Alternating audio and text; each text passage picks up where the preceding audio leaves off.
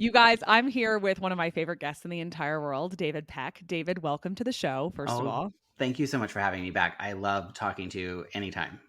I am so excited to talk to you. And just for the record, we were going to talk about books today. We might get to that. But then we started talking about politics before this show started because David was letting me know he was having a similar conversation on a podcast prior to this one. Yeah. And he started talking, and I stopped him and I said, okay, actually, can we talk about this? I have not had a political conversation on this show yet. And when I first started my podcast, I don't know, 2019, one of the topics that I highlighted in my show description was that I was going to be talking about politics. My husband was running for office at the time. It was very much a topic in my life. And I just never ended up talking about it that much. But I think this is going to be really interesting. So we're totally switching gears. We have an election coming up, like actually in a few days. If you Oh hadn't my noticed. God. If you haven't noticed, David is hailing from Texas, which is Yeah. a notoriously red state. I live in Colorado, which is a purple state. I actually have got closer to David in our very like multi-layered friendship through politics because my husband ran for office And in we Houston. hosted at one of his campaign events. You hosted one of his campaign events. I have had quite a political journey slash evolution in the last few years that I never talk about. And sometimes I wonder like if people notice, but I don't think I'm put that out there. I think what I am is honestly silent and I observe more so. I used to be very vocal. But I love learning. I've learned little pieces of your story, David, over the years. You grew up in a really religious home. Yeah. Yeah. With like lots of siblings. I did not have a lot of siblings. I have one sister who's 5 years younger, but I grew up, like I have a lot of cousins because they all had a lot of kids. Yeah. And I grew up in a religious sect, denomination that encouraged lots of kids. You've So talked to me about that. What is the name of the religious sect that you grew up in? So we were independent fundamental Baptist. So most people, especially in Texas, know Southern Baptist. Like that's the big thing. Like Second Baptist, First Baptist here in Houston are kind of big deal. So Yeah. independent fundamental Baptists are, they do not have a larger governing body. They are all independent of each other. Sometimes they'll have conferences or they call them like revival or missionary conferences or whatever, but they don't rely on a larger governing body for any of their doctrine. So Okay. each church is supposed to be independent. They all tend to follow the same line of thinking. If anybody has seen the Duggar documentary on Amazon, Shiny Happy I People, watched it because you told me to, because that you said that you grew up that way. And I was like, excuse me. So I had to watch it. And I was like, what? And then I wanted to have a whole conversation with you about that. And I didn't. So now we're going so to do that. now we're gonna have it.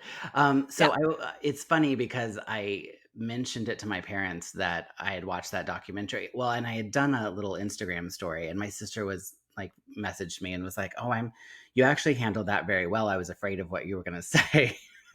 And I was Are like, your parents are still actively part of the sect that you were in?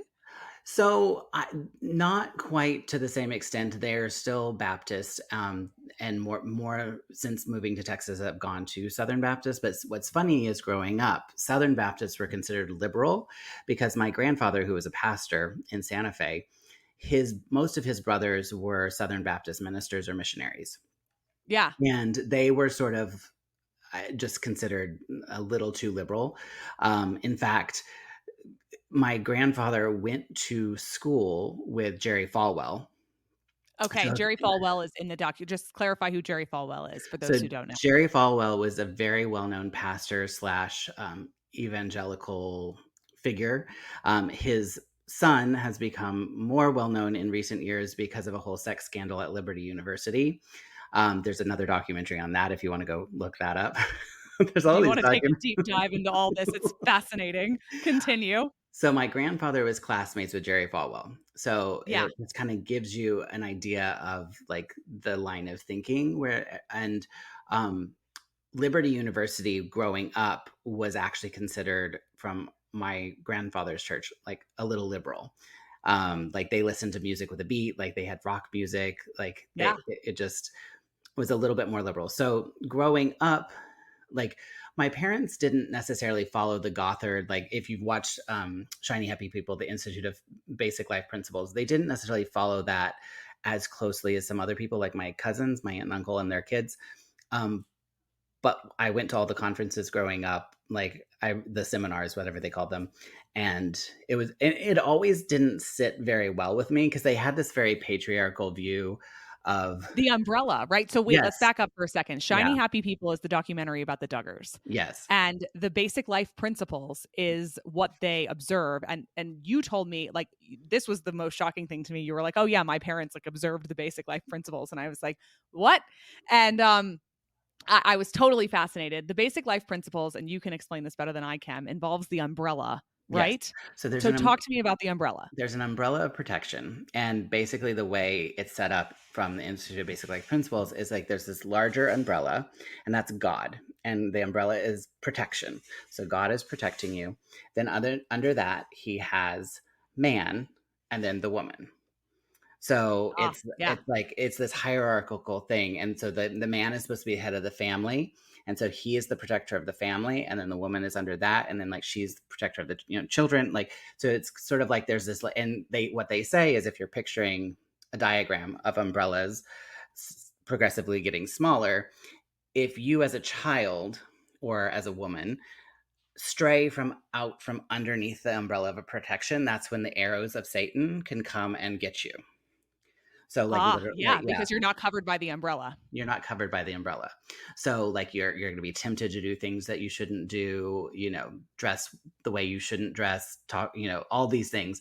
So the idea behind this is this umbrella protection. When it goes later into the like more advanced seminars, this is obviously being preached by a man who never had children and then obviously has had inappropriate relationships Some with escapades. Isn't some that escapades. fascinating? Yeah. Yeah. So he apparently wasn't on under the umbrella of protection. Um, anyway. I wonder, I always think about like how he rationalizes that to himself. Well, I don't know. And I think when you're that far in it, you tell yourself stories. You make up reasons or excuses, right? Yeah. I think, was it really scary for you as a child to feel like Satan could access you that easily? I think yes, there was a lot of fear. Like I remember there being a lot of fear regarding the rapture. So if people are not religious or don't necessarily know what that is, in the Bible, the last book of the Bible, Revelation, is very allegorical, but some churches take it more literally. And our church believed in what's called the pre-tribulation. So there's all this crazy stuff going on in the world. The Antichrist comes, and there's gonna be 7 years of this Antichrist ruling, and there's supposed to be 3.5 years of good, 3.5 years of bad. Um, our church believed that Jesus was gonna come and rapture, that take up all of the Christians before the tribulation happened, and like we were going to meet Jesus in the air, everyone who is saved, and then the world is going to go through this tribulation, and then at the end there's going to be this big battle of good and evil, and then ultimately obviously Jesus would win, and then we're all but everyone who had not followed him would not have a chance. They would all be banished to hellfire and brimstone. That's a very redacted version. No, I mean, I'm Jewish and I knew of this story, and I, even though like this was not what I was raised to believe, Yeah, there's so many Jewish comedians who've joked about like taking communion, just in case. I just in mean, it's case a you never. terrifying story. Like, it's a terrifying story. And like, Yeah, what if, oh my God, I mean, it permeated my psyche too. So you were actually being raised, your to believe. parents were telling you this. I mean, Yeah. I was just hearing it like from society. No, they Jews believe in a typically very don't believe in literal. hell. Yeah. Yeah. No, they believe in a very literal interpretation of heaven and hell and the rapture and the tribulation. There's lots of different permutations depending on what Christian denomination you're a part of, but they don't even really call it a denomination. They just call it the church, because independent fundamental Baptists believe that they were always separate from and apart from the Catholic Church. And they trace their origins all the way back to John the Baptist. So and they would not consider themselves Protestant, because Right. Protestantism was an offshoot and a reformation of the Catholic Church. So the independent fundamental Baptists believe that they were never reformed. They always were. And they were, had different versions. There's the Huguenots in France, the Anabaptists, like there's different like iterations, but this lineage goes all the way back to John the Baptist. And so they see it as very different. So for instance, like speaking of communion, most people are very familiar with communion being taken like every Sunday, especially if you're a Catholic or Episcopal or whatever. It's just sort of like something you do as a matter of right, I guess. In our church, you only did it once a year, and you did it on the Tuesday before Easter as a closed meeting because it was only that church that participated. So they called it closed communion. So rather than being open to everybody, it was only the members of that independent local church that would do it. And they would do it on that Tuesday because they didn't believe that Jesus was crucified on a Friday. They believed he was crucified on a Wednesday because if you Okay. count 3 days and 3 nights, you can't get to Sunday from Friday with 3 days and 3 nights. Anyway, so there's a whole thing. So the Last Supper Mhm. actually happened on that Tuesday. So you would have the Last Supper, and it was, yeah, all a part of. When you were growing up, were your parents, they believed in this, in these rules of the umbrellas and the sort of like trickling down of power? Did you witness your parents, your mom and dad, where your dad was the umbrella above your mom? I think they would say it in some ways, but it wasn't necessarily as dogmatic as I saw it practiced in other families. They How were did you see it practiced in other families? It was very much the man was in charge and what he said went, and like it bothered me very, very much, where my dad would never be. He's just not that type of person. He's very Right. egalitarian. My mom is much more authoritarian in some ways, like kind of matriarchal, and so like I think they balanced each other more in that way, whereas I saw in other families like the women were very much subservient to the man. But what's interesting is obviously when you have a dynamic like that, you get a lot of sneakiness and women like going around trying, getting things done, but we're like, oh, I'm not going to tell my husband kind of thing. Right, it doesn't work. It doesn't work because you're not Yeah, being honest and you're not like right. coming to the marriage as equals. So I never felt that from my parents. I very much felt like even though that they were supposed to kind of believe these things, that it didn't wasn't as true for them as other people. Do you think, because obviously, you said that your faith that you grew up in was aligned with sort of the more liberal ideas back then, but very clearly now they would be under the bracket of conservative thought, correct? No, they were very conservative, always. Okay. But it was Always. so, like, what we looked at as liberal is what most people would consider conservative. So Okay, that makes sense. we were so far conservative that what most people think of as conservative, like Southern Baptists, like, were Right. considered liberal in comparison to where we In were. comparison, that makes a lot of sense. Okay, so Yeah. now here you are. You told me that you were just on a podcast where you were essentially the liberal opinion. Yeah. Well, tell me, like, give me the cliff notes about how that happened. So I think because I'm a Capricorn and very rational, so like obviously astrology is not something I was raised with either. Um, uh, Yeah, I'm totally. Yeah. I'm a very rational, like thoughtful person. So I never had, a lot of people who are raised in a very conservative environment can have like a rebellious moment or like they're very rebellious as a teen. I never really had that. It was always like, this doesn't make sense to me. This, like, and we'd have like conversations. I still had to follow the rules. So it was really sort of like a gradual thing. And I would say that it was moving. I mean, the thoughts are always there, but it wasn't until I moved to Paris and encountered at that time like other Christians who were all from all over the world who had very different political beliefs, very different even ideological beliefs. And I was like, oh, wow, wait, the world is so much bigger than I thought. And so it was like a gradually opening up. And then when I came back to the States, I kind of saw everything way more differently. And I would just say that it's been a gradual process. And it's like, as all these like quote unquote controversial issues come up, I'm forced to confront them and like really analyze them and think about them and think, well, what do I actually believe? And I think, sometimes I'm going to err maybe on the side of like something that's a little bit more, I wouldn't, for lack of a better word, conservative. And sometimes it's going to be like, well, why does that even matter? And so it comes off as a little bit more liberal. And so it's not been like a one, like, oh, I It's changed not all of a been sudden. super linear. Are there any beliefs that you still have that you would consider conservative? Hmm. That's a really good question. I would probably, in the eyes of the way I was raised, no, they would all be liberal. I Yeah. mean, in comparison, yeah, for sure. So I'm always fascinated by people who were raised one way and had a political change of heart, or as adults, even if they weren't necessarily raised one way or the other, have voted for people in both parties. Like Right. I love people who think that way. Um, I refer to them as heterodox thinkers if they maintain that, right? If they're not like, if they still really think independently, you know, election by election. I'm always fascinated by people who think outside the box. I don't think that there's necessarily that much room for that. So I love hearing stories of people who have like so bravely looked at their own opinions and issue by issue asked themselves, "Hey, what do I actually think about this?" Yeah. So I've had like a very I mean, I wasn't raised in a dogmatic household at all. I was born in Manhattan. My parents, all of their best friends were gay. I never knew that it was an issue that people like had an issue with people being gay. Right. Um Honestly, my introduction into people having like starkly different political opinions happened when I moved to Texas when I was 13.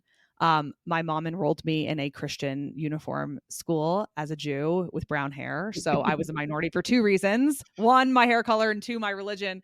But I like most of my peers as 13-year-olds were like clearly very conservative. And I didn't Yeah. even know kids could be conservative, right?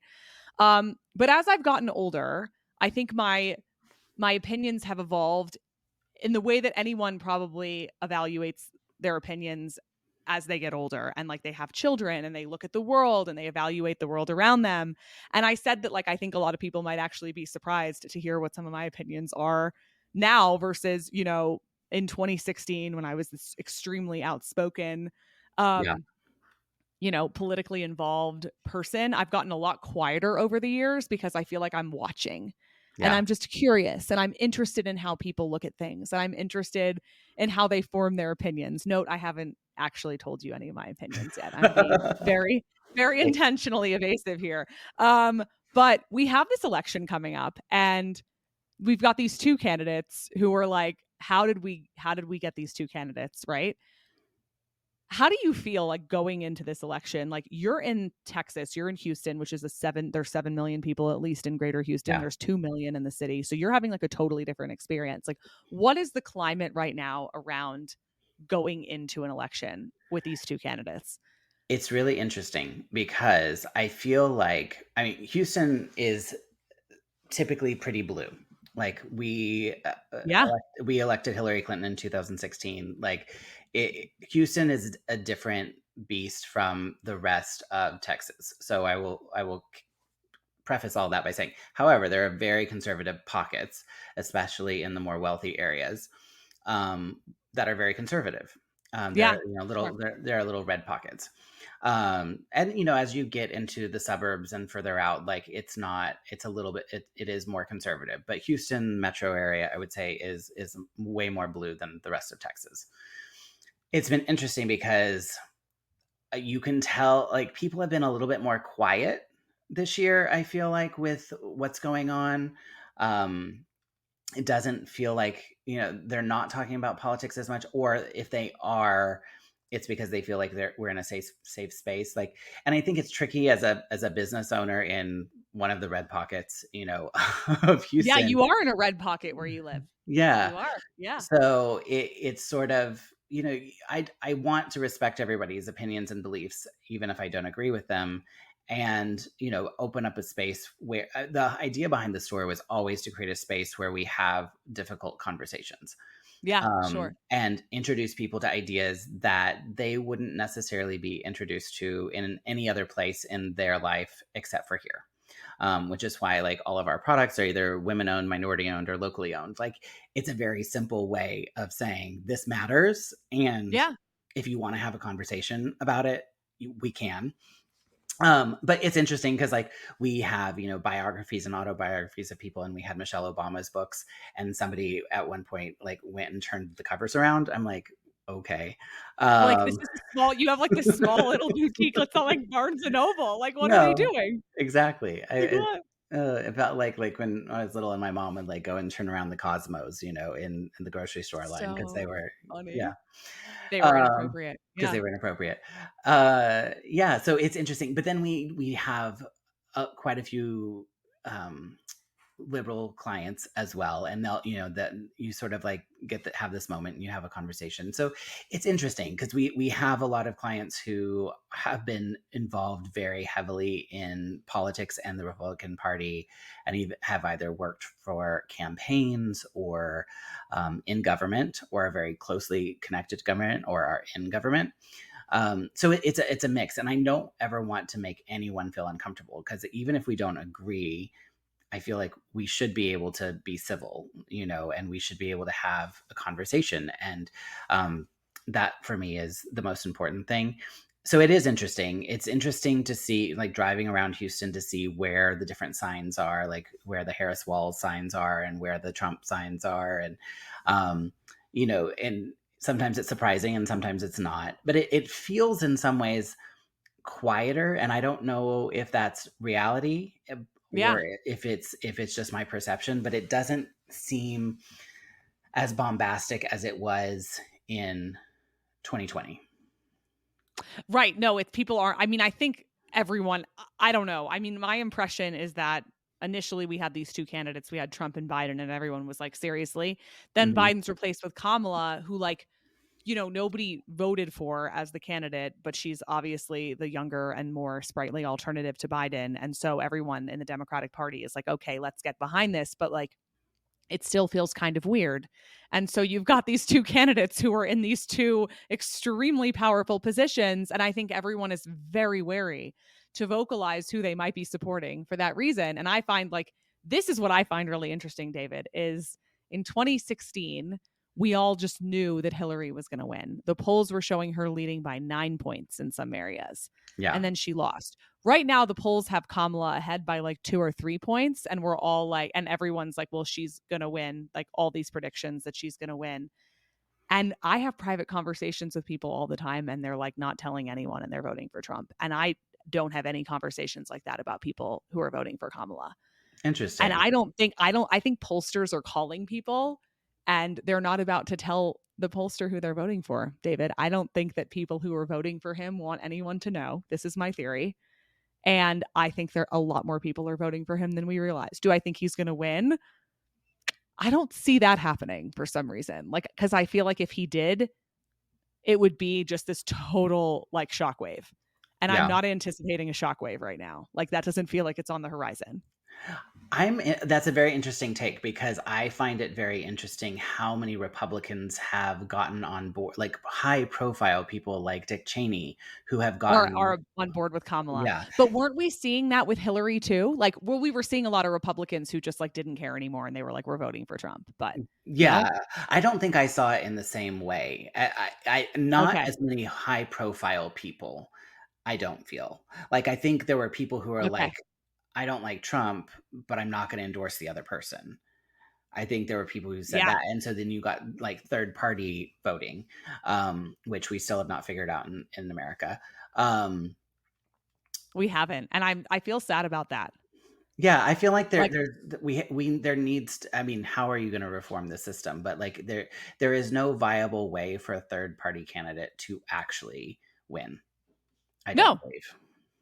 And so many people in this country who want one or who want an alternative, Right. and they don't have one. They have like, and then you get these candidates, and maybe they believe their beliefs would very much fit into a third party platform, but they can't win that way. Yeah. So they're going to fit into one box or the other. It's a broken, it's not something that can move. I mean, I don't know. I don't know what's going to happen, honestly.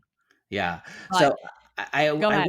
I wouldn't be surprised if the opposite of what you're saying is true, is that a lot more people are going to vote for her and not him, even if they don't say it. Like, if they don't feel comfortable saying it. And especially I would think women, Yeah. because I think there's Interesting. so much at stake. Now, I could be completely wrong, um, but it just seems like we there's been a couple of clients who have said, like, they are definitely leaning. They're definitely on the Kamala train, but they're like, I just didn't feel like putting a yard sign out this year. It felt weird. Like, it felt like not the right whatever, for whatever reason.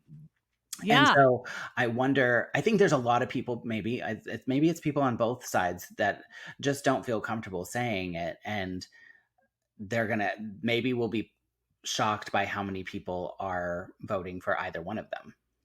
I'm so curious and I can't wait to find out. And it's interesting that you would say that about like you're in a red state, even though you're in a blue city, but you are in a red part of that blue city and Yeah. you are surrounded by Republicans. And so for you to say, like, hey, I've heard so many people are voting for Kamala, even though they're like lifelong Republicans. And I'm in like a very, Aspen, if Colorado's purple, Aspen is like a giant bruise. Like it is the most hodgepodge of opinions. And also people are not talking about it at all.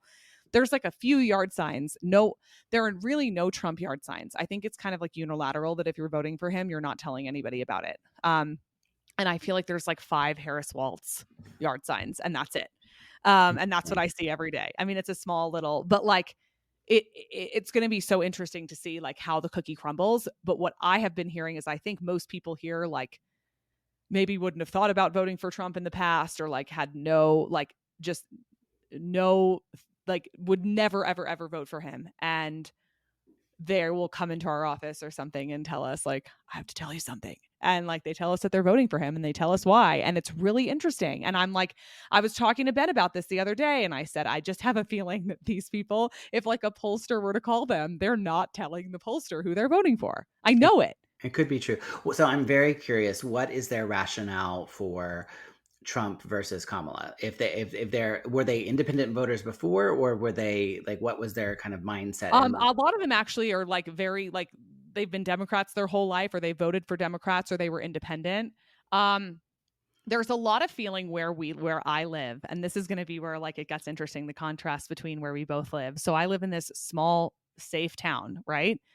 And so the feeling I think is that the outside world has gone crazy, and Mhm. that like there are all these people here who aren't supposed to be here, and Yeah, there's so much crime, and like it won't stop, and it's not safe, and like we have to make it safe again, and gotcha. that like schools are going to shit, and there's like like people are being taxed to pay for like foreign wars and like not taking care of our country. And I also live in a place that's very Jewish, so there's like a lot of concern about Israel, just Right. candidly. Yeah. No, but So I mean, that's a very interesting thing to have in terms of like perspective. so that is like that's the thought about like what's going on out there. Like I feel like I'm almost in like back like what is that movie with Brendan Fraser where they live underground? Oh, Brendan You know what I'm talking Fraser. about? He No. goes and he hides underground with his family because they think that a bomb went off, but really it was like it wasn't a bomb, and they're there for like 30 years. And they're hiding, and then like 30 years later they finally come out and the world is like totally changed and there was never a bomb. It's really the most amazing movie. I mean, you Oh, have to I've look not. it up. I'll look it up. I have not seen it. But I think like sometimes there's that feeling here that like there's all this crazy shit going on out there. I watch the news and I'm thankful I feel this way, but I watch it and I'm like, I don't know what like I don't live there anymore. Is that the Yeah. same like but you're there. Like you're at the crux, you're where the hurricanes are happening. You're Yeah. there. So I want to know like what like when I say all that to you and I say that like the people where I live, whether they're Republicans or Democrats, They're have a fear of scared. safety. They're scared. They're scared about the economy. They're scared about crime. When you hear me say that, are you like they're crazy, or do you feel like that's warranted? I don't feel scared personally. Okay. I think that these things are issues? Yes, they're issues, but I feel like they're issues that have persisted since the dawn of time. So I don't feel, but I've also worked very like because of my upbringing, I have worked very hard at not being controlled by fear. Sure. Um, Yeah. and not making decisions out of fear because I feel like it leads you down a not very healthy path. I do understand that, and I do think that it's a very interesting switch that has happened because I feel like the Democratic Party used to be the party of the working class, and it used to very much represent blue collar values and people, unions, like all of the above. And somehow, I think since Trump has co opted that, rightly or wrongly, I think, in my opinion, he's done it by not telling the truth. But uh, I feel like the Republicans have latched onto that and have, with fear, kind of heightened that. And so, yes, there are very real problems with border security, like all of these things that need to be addressed. But I think with the idea of like people eating cats and dogs in Springfield, Oh, Ohio. yeah, it's It's just wild. like It's just wild. wild. It's Re- theater. It's just ridiculous. I'm like, I can't even watch this. David, I used to, like, have the debate in my calendar for, like, weeks yeah. leading up to it. It was my favorite night of the year. Like, in college, I would just, like, camp out, like, at Starbucks, and, like, there was a TV at the Starbucks and, like, the student union, and I would just, like, watch the debate. I mean, it was, like, highlight of my freaking year. I run so far. My husband still watches them, and I'm like, I will be in the bedroom, like, with the door shut until that's off. Like, I can't even listen to it. I watched the presidential one this year. I caught the highlight reel of the vice presidential, but I think what's hard about it now is I don't actually feel like it's a debate. It's not a debate. They're not talking about what's actually going on. It's like a pissing contest. It's horrific. Yeah, it's not real. You're not talking Yeah. about real ideas. No. And I think if we talked about real ideas, we'd probably come to some really interesting solutions that would make more people happy, um, or actually solve the problem, like one or the other. Seriously. Well, here's also what I want to highlight about this conversation, David, is you were talking about like women voting for Kamala because there's so much at stake. And I used to live in Texas, and I remember just how freaking terrified I was of having like any type. I mean, I was just the like women seriously don't have healthcare in Texas. It's horrifying. It's the Yeah. worst maternal care. Like I've delivered 2 babies in Texas and 1 here, and I can tell you that the contrast is stark. It is Wow. really bad. It is really bad. And I felt very fiercely about things that I still feel strongly about, but they don't feel like they're affecting me every day, Right. which changes the way that I feel. And Mhm. so I think our conversation highlights so much of what's going on in this country. If you live in Louisiana, you're being hit by hurricanes all the time, and like your economy isn't as solid as perhaps the economy in Tennessee or whatever. I'm just like picking random states, but you're coming from where you're coming from. You're forming opinions based off of the problems that you're facing where you live. You also have politicians who are telling you they're going to solve your problems who like aren't necessarily telling the truth, as you pointed out.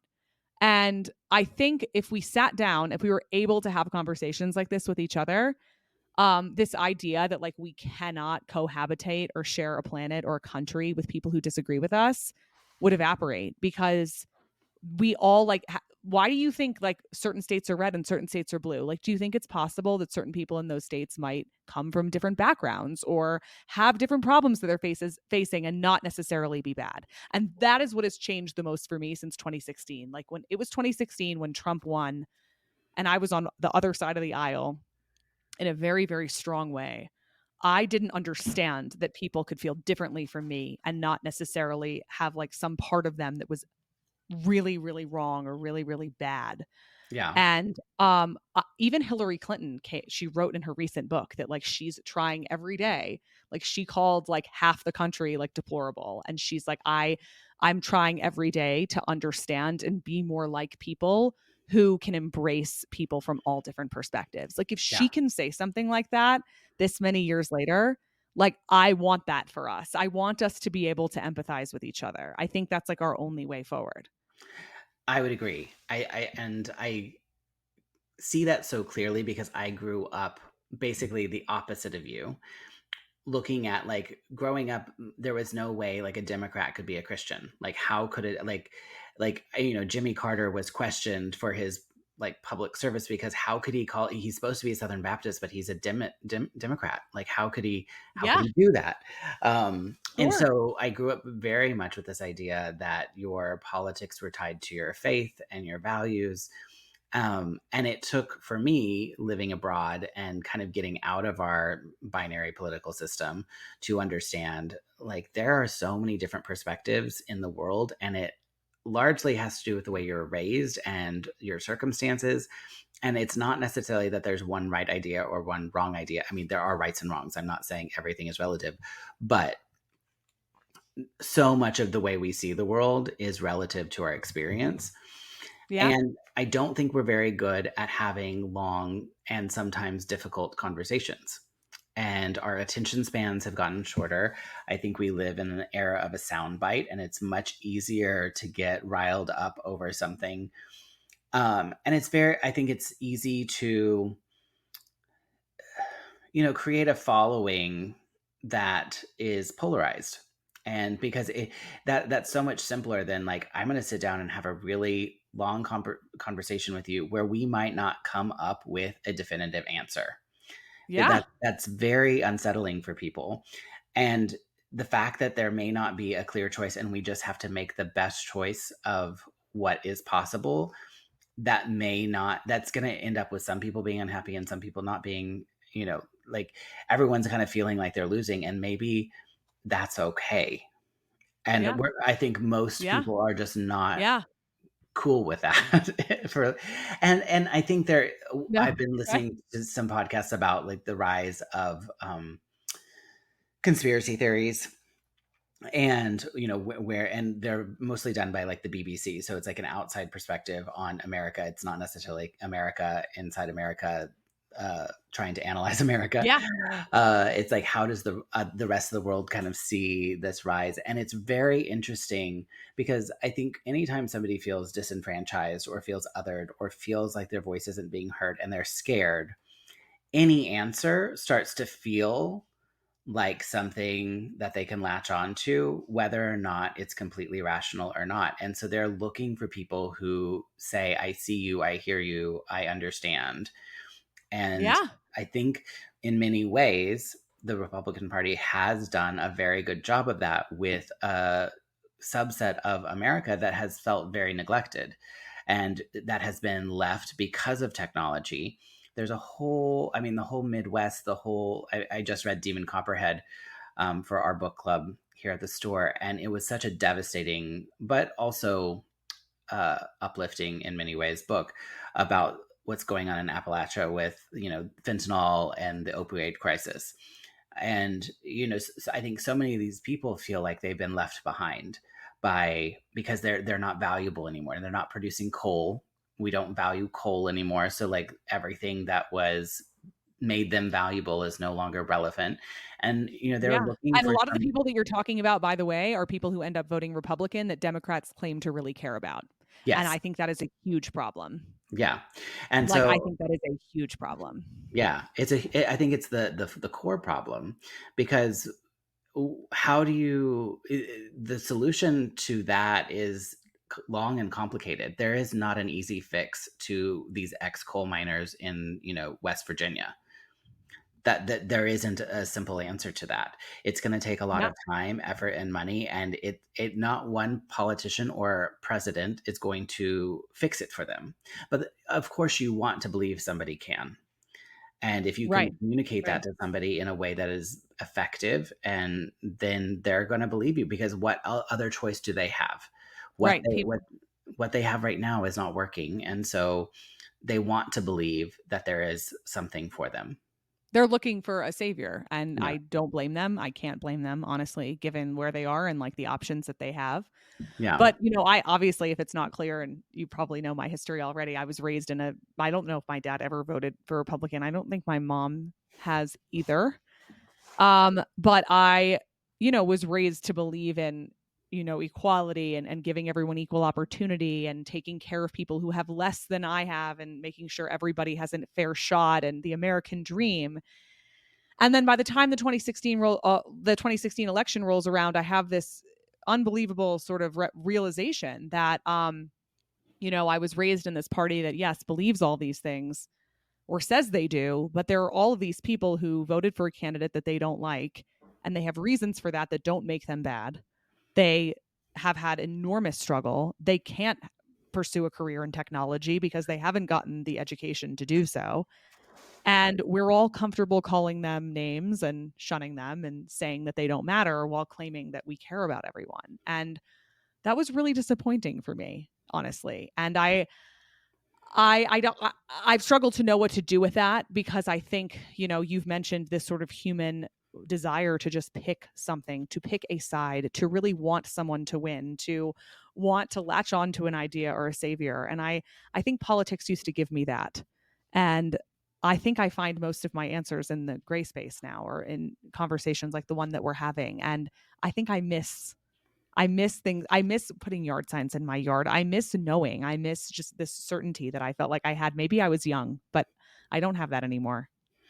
Yeah, I find I can listen and be engaged in politics with a big P on a very limited basis Yeah, because sure. it's exhausting and it feels like it's all rhetoric and it doesn't feel like a real conversation. Yeah, However, that doesn't mean I'm not interested in the conversation or the issues. I'm just seeking out like more long form content about right. these types of things and like really trying to understand and wrap my head around super complicated topics that like we can talk about or not talk about, but like what's going on in the Middle East is so complicated. Sure. It's Yeah, so complicated and I don't have an right. answer. And I was Yeah. raised to believe one thing and then I hear something else and it's like, well, you know, where now in this space where I am now, how do I sort through all of this stuff and come up with something that is kind, compassionate, and like true to my values? And like it's hard. Like it Yeah. can't be. You can't fit that into a soundbite. Or a And meme. And you're no, often people are often there are a lot of people who feel like they can, and a lot those are the people who are being vocal. exactly, and their voices are the loudest in the room, and I'm like, actually, it's a really difficult conversation to have, and I don't think most of us are equipped to have it.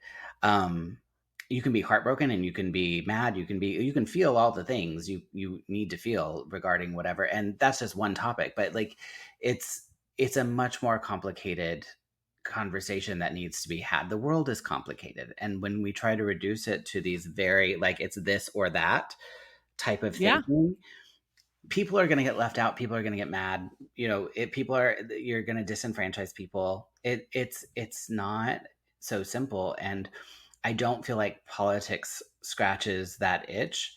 Um, and it's funny because my whole transition, like trajectory with politics is like grew up very much one way, very conservative, but then I got I kind of feel like what I saw, well, maybe what you went through in 2016, I saw people doing to Obama, and I Mm. saw the blatant racism in it, Oh, and yeah. it changed me to my core.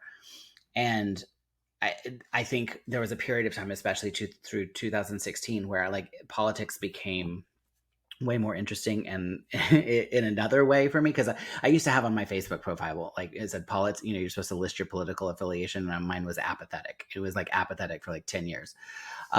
But then it became not so apathetic because I was like, I don't feel like I have the space to be apathetic because evil triumphs when good people do nothing. Yeah. um and so, but now I think I've come, not, I wouldn't say full circle, but I think I've come to this place where I'm like, I realize that the answers don't fall into a political party, and it doesn't fall within like weaponizing anything. It really is much more interesting to have a conversation with you about this, and maybe we come to this with like both of us not agreeing, and that's okay, or disagree, or maybe we do, or maybe it's a mix, and that's okay. But Yeah. I think Yeah, I think that's so important. yeah, we come out of it with more empathy. And I mean, oh my God, when Obama ran for office, it was my first year that I got to vote. I was 18 and I was like a woman obsessed. And I was never anywhere near anyone who would have something racist to say about him running. I was surrounded by people who were in tears that he was running and that he could become president. And when I would hear about it, I was like totally floored and horrified. And then I lived in a state where, yeah, people felt that way. And I was shocked to learn about it. I didn't understand. I wasn't raised around people like that. And, I think we hear people and we don't, you know, we all have like such vastly different life experiences, and I think especially when you're dealing with something that's like as vile as being racist towards a political candidate because of the color of their skin, you're dealing with an entirely different animal. But can we still stop and ask ourselves how the hell somebody arrived at that conclusion or at the conclusions that they've arrived in? Because I think that that's like our only way out. And I think what you said about coming about looking at life, like we can't, it's not linear, and there's no two boxes. And especially, as you bring up the Middle East and people like I'm following people in like their mid 20s who've never studied anything having anything to do with the Middle East, who are super comfortable sharing memes about a country they know nothing about, calling the country that I grew up, believing was the Jewish state, and I still believe that, but like calling it an apartheid state and a colonize, like I'm like, if you take a course on this and you come to that conclusion, like be my guest and we can have a conversation. But to say something like that when you have absolutely no attachment to this area of the world, I have empathy for it because I know what you're seeing and I know what you're watching, and my heart would be broken too, and it is. And I have all these complicated feelings too. But the way, like the humble nature that you possess, David, to be able to say there's stuff about this that I clearly don't know, and I'm not going to opine like with a meme when I don't understand it.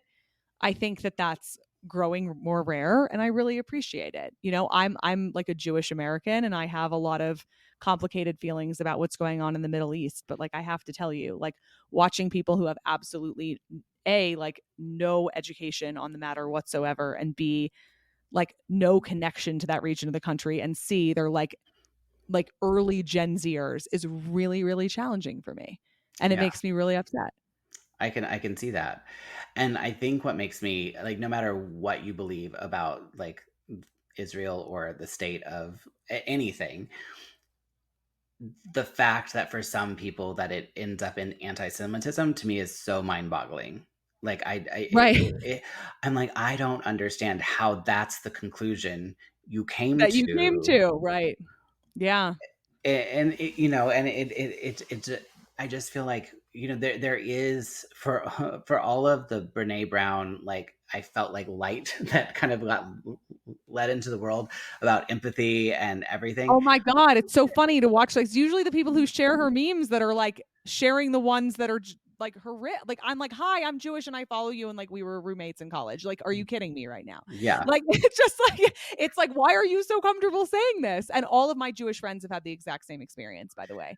yeah, I'm sorry, like No, that's like just and you know, there's somebody I was very, very close with at one point, and she has spent every single day since this conflict started, like starting on October 8th, you know, talking about the Palestinian cause and essentially equating what's going on in the Middle East with his like American history. And I'm like, please, I've never said anything to her, and I probably should just stop following her. But like, it is, I understand like where she has no background or no experience in this area of the world, how she could come to some of the conclusions that she's come to, but to be so comfortable putting that out there every single day. I think that's hard because I just think about the complexity of the issue. And I don't, even if you're doing like a long form reel, which is not Right. really a long form, like it is not something that can be fully understand or like expressed in 90 seconds. And so, No. and Why do we especially, think it can be? and I think there's so many issues like that. And, you know, like I think abortion is another one that comes to mind where like it's a very complicated topic and issue in turn if you think about like what I think people have a very black and white version of what abortion is. And when you actually break it down into scientific terms, like it is actually way more complicated. There are so many procedures called abortion that are life-saving and, you know, necessary, but because we have made this very binary choice of what is Women and can't have then those procedures. They're yeah, dying. and Yeah. literally dying, especially in Texas. Like the mortality, the mother's mortality Maternal rate, mortality. maternal. Yeah. Thank you. Maternal mortality. I knew it was two M's. Has skyrocketed, Yeah. and it's because we're not having complicated conversations. And I mean, part of me is really hopeful because like the fact that we're here having this conversation means that we're probably not alone. There are probably other people having these conversations, I would hope. And I would hope that eventually all of this very grand political rhetoric that we're seeing like going, I hope that there is a moment where it can at least recede a little bit and we can have a conversation. And it's interesting, and you may or may not agree with me, but it's one of the more interesting things I'm finding about Kamala's campaign is she has changed her public stance on certain issues, you know, from like 4 years ago, whatever. And I think part of it is an attempt to be more empathetic. Um, and I feel like there is at least an attempt, whether it's real. I mean, everyone's a politician, so everyone's just trying Right. to win. So take everything with a grain of salt. But it feels like there is a move more center isn't the right word, but more to being more empathetic and having conversations that include more people that in the conversation and say, you're a Republican, like Liz Cheney, you feel disenfranchised by your own party. You don't have to give up being a Republican for me to accept you. That could all be a grand political stunt. Like, don't, I'm very aware that like all of this is, calculated, and I get it. Like, it's not all as clear as, but there's a part of me that feels like hopefully there's a space where maybe you can have those conversations again, and we can have, I don't think that there ever was a good old days. Like, I don't get me wrong. We went through like the 1950s in America and civil rights. Like, there was never a great time. Um, but it does feel like there were moments when there were constructive conversations across the aisle, across, all political spectrums that got us to places that were helpful. I mean, when the senator stood up and said, "You lie" to Obama when he was giving his State of the Union address, that was new. No one had done that. I mean, we were shocked. Now Yeah. it's like a heckle contest. Yeah. So, yes, you're right. You are right that we used to be able to have these conversations. And you know what, David? I think more people than not are having the types of conversations that we had today. And I have them with people all the time. And I think that they're not having it happening in the public forum because they are met with so much animosity from people who feel like they can summarize their political opinions in 90 seconds or less. But I think the majority of people are having this type of conversation. And I'm so glad that I got to have it with you today. I am so glad too. I find these things infinitely fascinating and way more enjoyable. Like, I can leave this conversation like not feeling stressed. Right. Oh, I'm so glad. I'm so glad. Yeah, because I do think that there's room, like, obviously we're gonna disagree on certain things. We're gonna agree on certain things, like, Sure. and that's okay as human Yeah. beings. Like, that's And okay. each of those all those opinions based off of our own experiences, and, like, I believe we can understand where somebody else is coming from and that most of us are willing to do that.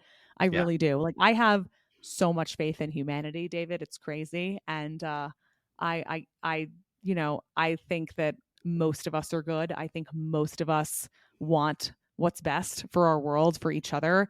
Those are the private conversations I have with people every day. I don't think that's what's shown to us. I don't think that's what's in the news. I don't think that's interesting. But I think working for a TV news station when I was in college actually really helped me with this because I watched news directors just put the most horrific shit in the headline and at the start of Yeah. the news hour. And like I watched how calculated it was. And I watched everyone getting along really well in the newsroom and having a really amazing day. And then starting the newscast with something like the worst thing that they could possibly find and looking for it. And Right. I think that that really helped me start to believe like, I think there's a lot of good stuff going on out there. Yeah. I think there is. I do believe it. I do believe I'm ultimately an optimist. Like, I Right. do believe that like the good ultimately triumphs, and it can be scary. It can be demoralizing at times. It can be, and I think especially navigating that as a parent is as another layer of complexity that, you don't necessarily have when you're Yeah. only thinking about yourself. But I ultimately do think, and I'm optimistic that we will find a way to have empathy. We may not always agree, but we can find a way to at least have the conversations and move forward and get out of this vicious cycle of name calling and just the bombastic political theater that is what we have right now. Yeah, I agree. Thank you so much for coming on the show, David. It is always such a pleasure to have you and more to come. David will be on the show many more times in the future, whether he knows it or not. Thank you. I, I'm I will so talk happy to you to have any you. day, every day. I wish this was my full-time job. Ah, me too. Me too. Thanks so much for coming on. David has his own podcast, Inside the Design Studio. Please check it out. I've been on a couple times. All of his episodes are amazing. He's Oh, an thank you. incredible host. I'll put the link in the show notes. And thank you guys for joining me today. And I'll talk to you again next time.